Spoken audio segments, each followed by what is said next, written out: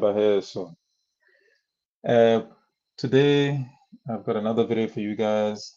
Me potso ya kajeno ke hore, who runs South Africa anyway? Who runs South Africa anyway? Ka bokgutshwane, karabo ke rona. It's us.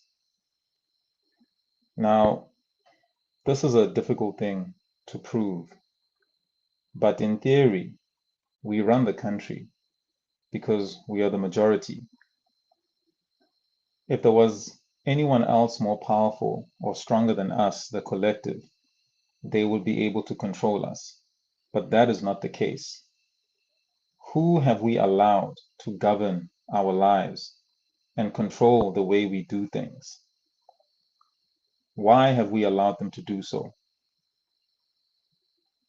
I will quickly speak about the four families that are actually in charge of how we do things because we've allowed it. Um,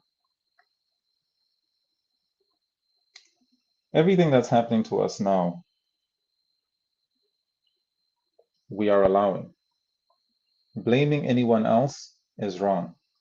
We need to change that mindset, turn it around, go and stand in front of the mirror and reflect. The only democratic thing in this country currently is the fact that you can make a mark on a ballot paper. Many of you might believe that the system is flawed, etc., which it is in many ways, but that is not the debate for today. The debate is simply this. The only democratic thing we have left in this country is the fact that you can go to the polls and make a cross. That makes us the government.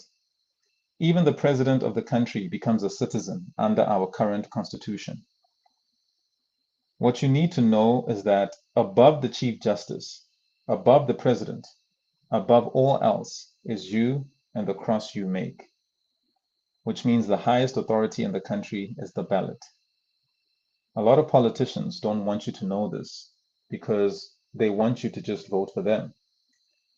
They don't want you to vote for change that can actually help you because the system was set up for the country to fail, for the government to fail, for the economy to fail, for ESCOM to fail, for everything to fail, and for us to eventually turn on each other. I will explain to you how the global elites, the four families that were appointed to run this country, have done it. Allegedly, right? Taking power away from you, the citizen, so that you don't believe that your cross can make a difference.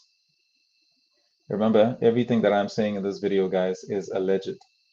I'm no expert on anything. These are just what is said allegedly. Now, our constitution allows for it to be changed. And to do that, we need 75% support in the current parliamentary system. That is why most people just ignore this. They don't even think it's possible. But our constitution has allowed for change. We can change the governing system of this country, and we can change how we elect our leaders.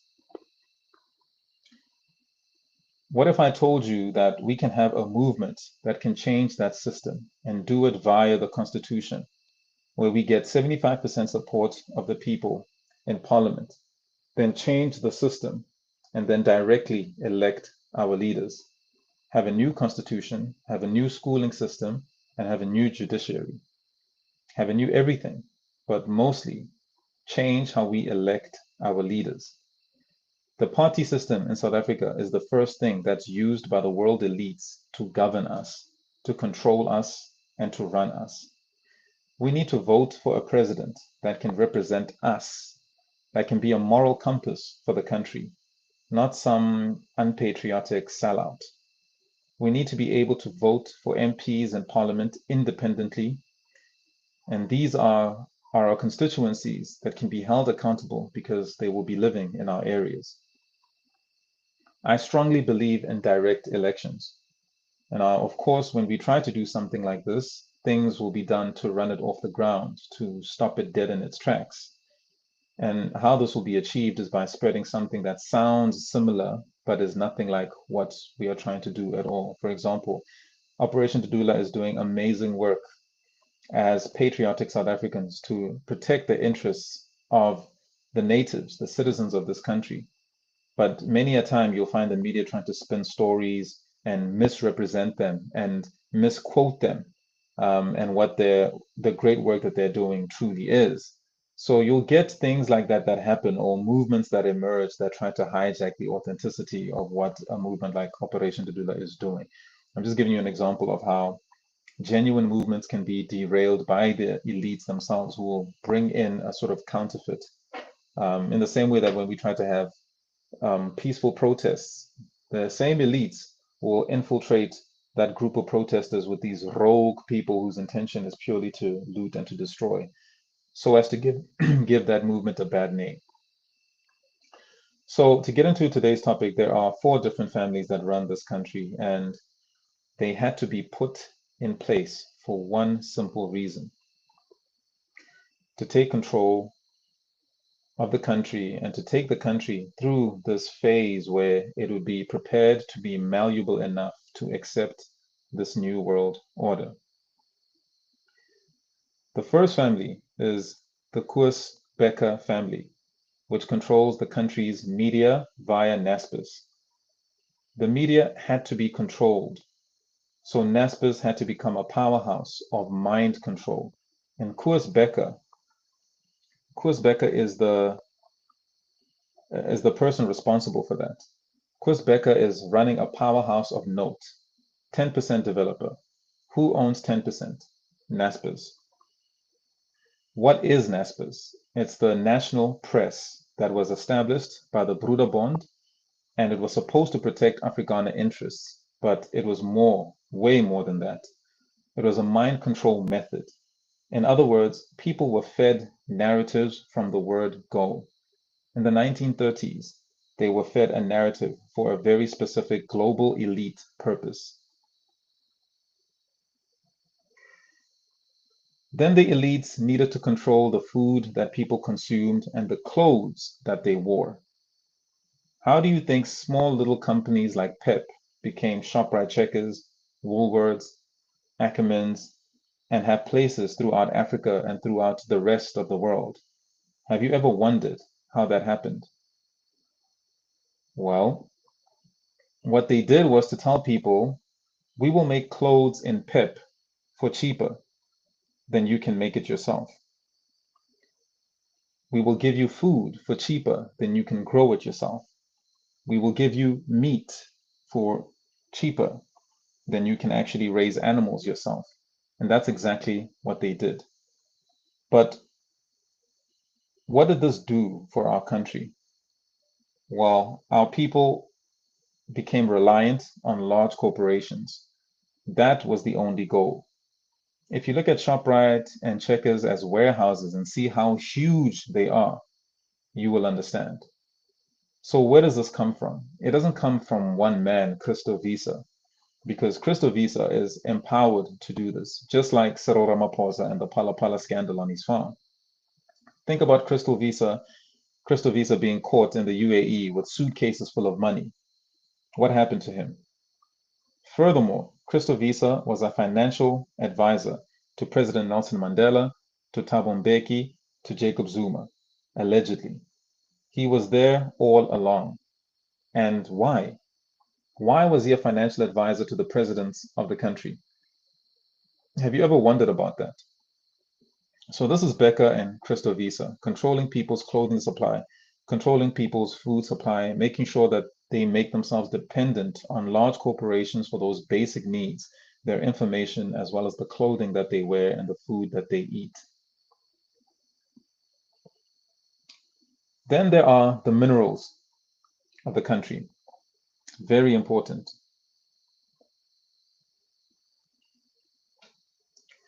The control of that and addictions are very important. Addictions are crucial to the plan. So who do you have for the minerals of the country and addictions? The Oppenheimers. So the Oppenheimer family is the most senior family in the country when it comes to control, allegedly. Nicky Oppenheimer serves on the Committee of 300. He's actually a committee member. His father, Harry Oppenheimer, before him, was also a committee member. To put this into perspective, the Ruperts don't even serve on the Committee of 300. They're not that important in comparison to the Oppenheimers. Think about that. When Cyril Ramaphosa started a union under Harry Oppenheimer's wing, Harry trained him on how to get control of the mine workers so that he can get more minerals out of the ground. Most of the minerals in South Africa were extracted for the benefit of the United Kingdom and the US. So Anglo-American is literally Britain and America pillaging our mineral wealth. Go and study the proper history of the diamond fields and the gold fields and the platinum mines because the Oppenheimer family had full control over them and they shared that control with the people that they wanted to run the mines with. Cyril Ramaphosa was one of them, with many other people, including Patrice Motsepe, his brother-in-law. These are people that these families can control to their heart's content.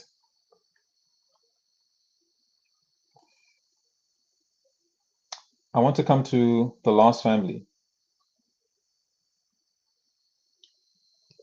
You can call them second in charge. It's the Ruperts. So just like the Rothschild family, who ultimately run the whole world, you get the Ruperts. But if you look at the Ruperts as a family, everything was focused on addiction. So cigarettes and alcohol, that was the main goal. Keep the people docile, keep them drunk, keep them grooving, keep them high, make sure that you addict them as much as possible. Why would they want to control all these industries, NASPERS and the SABC and all the governing institutions? Well, because they push narratives to the point that they begin to corrupt the cultures in the country and make citizens addicted and dependent. It's not just about money, Buffett. It's about what you're able to do and not do. Remember, the Prime Minister of the United Kingdom at the time, allegedly, Margaret Thatcher, gave instructions to Harry Oppenheimer and to Anton Rupert that when they were still alive, she told them how the 1994 transition was going to take place, clearly and in no uncertain terms.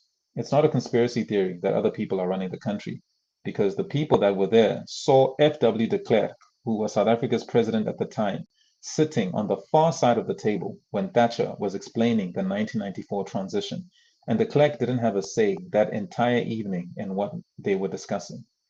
Puppet governments didn't just start with Mandela and the ANC, Buffett. Furthermore, these elites control other entities in the country, for example, Eskom. So the IMF says to us, downsize Eskom debt.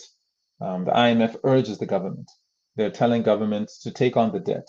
Now, what does it mean? Well, we have to now fork out that debt, and it's over 300 billion rand. Then the US is telling us expand your grid, address Eskom's solvency to unlock private investment, says US Treasury. Why is the US Treasury telling us what to do, and why is no one questioning it? Why is an American Treasury telling us what to do in South Africa? Well, because they don't want their interests messed up yet. They still want to be able to do certain things. There, there are still more minerals for them to pillage at this stage. And they know that expanding the power grid will collapse it.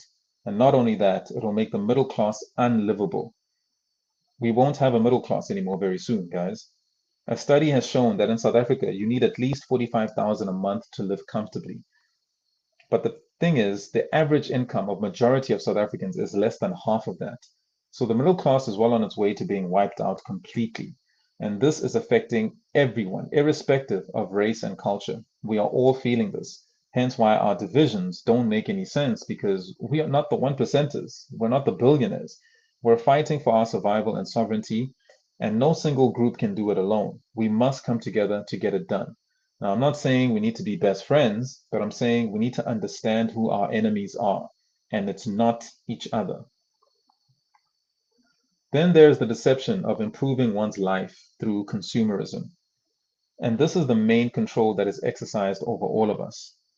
What do you want? Do you want a fancy car? Do you want a fancy watch? Do you want designer clothes, a fancy house?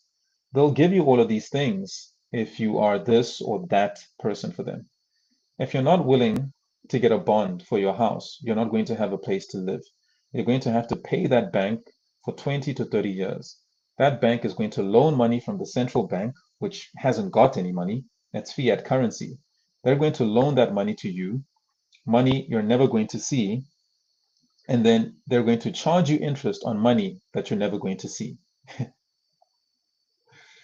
So you're literally collateral for the Security Exchange Council in the US every year. And you can go read up on this yourself. There is a report on what the labor force and citizens of South Africa have done for the world economy. Then there are the political puppets and manufactured billionaires. Cyril Ramaphosa is one of those people. Patrice Motsepe is also one of those people. They were picked when they were young, and they were built up to a place where they would later play major roles, allegedly. Tokyo Sexwale and many other people were made billionaires so that they could become part of the elite, allegedly. Jacob Zuma, interestingly, is not a billionaire. So you have to ask yourself, there's something wrong with this picture. Now, I'm not saying that Jacob Zuma is a saint. What I'm saying is he's not a billionaire. There's something wrong with this picture if he's this villain that stole all the country's money. Now, guys, we need to fight to preserve the paper voting system. And we need to place representatives at every voting station to prevent cheating as much as possible. We have to guard our votes and even the counting process and the technology behind the IEC software so as to stop the rigging process. We also cannot allow digital or e-voting. We also need to show our intent to get a proper direct election system in place and vote for individual people that want to change the party system. We have to take charge of this country and govern it. The only other option outside of voting is war. Hence all the conversations around secession, Cape independence, KZN independence, etc., etc. There are people on their farms with heavy artillery who have been ready for invasion and anarchy. We have illegal foreigners in this country smuggling weapons into the country. Many of them are men. They're soldiers or part of rebel groups in their countries. They are dangerous, and we are not safe in our own country. War is not something we should be advocating for because it is devastating and demoralizing to the people. We have to exhaust every other possible way outside of war. Trust me, if you've seen what war does to people, you wouldn't wish it on our country. We have until at least 2029 to figure out the governance system in the country. We need to build up strong, resilient patriots who can measure up to any country in the world. If we can do that, no one will be able to do anything to us because we will be well organized and self reliant. Democracy requires active citizens to make it work. We cannot afford to be passive. In fact, our passiveness has bred an over reliance on a failing state. It's time to stand up and lead your community. Start where you live. We need to support one another in starting businesses and creating work for people in our communities as a top priority. Then we need to buy from one another and promote each other. Our power is in our communities. Our respective cultures need to be defined by how hard we work together to build one another up. It's not a competition, guys. This is about survival and self reliance. Let's work together. The thing is, whether you like it or not, or whether we like it or not, circumstances in this country are going to bring us together because we're at a point where our very existence is under threat. And if we want to make it out of these storms of illegal immigration and government corruption, which are all designed by the globalists, by the way, we need to stop believing in party politics and start creating solutions in our communities together. So let's become citizens instead of subjects. Remember, we have these elites in our country that are controlled by global elites. Those global elites are not going anywhere. They're not going to just give up what they're doing, but they might just leave us alone if we become resilient enough for them to know that they cannot overcome the will of the people in this country. Buffett, let's get active and let's continue to believe in the power of that ballot and protect and guard it with everything we can. Let's create and push for this movement of directly voting for our leaders and directly voting for our president to stop the corruption of party politics and globalists buying political parties and political parties selecting presidents that the country does not agree with. We can make this change, Bafetu, but we have to be active citizens in order to accomplish this. And we have to be consistent, we have to be disciplined, and we have to be diligent. And we have to make sure that we're not walking straight into the traps that these globalists have set for us. One of them being the party culture, drinking culture, and the drug culture. So, Bafetu, start in your community, where you're from, where you grew up. We're not all from Gauteng or from the Western Cape, the big economies, where the big economies are. We have to focus on where we come from, our community of people, and how we can make a difference and be leaders in our community, even if it means being a leader in just your street alone, knowing everybody's names and understanding who brings what skill set to the table and how we can best maximize all of these to create an economy for ourselves and to create security for our people. So, Bafetu, that's all I've got for you today. I hope you enjoyed the video. Until next time, Wala wala.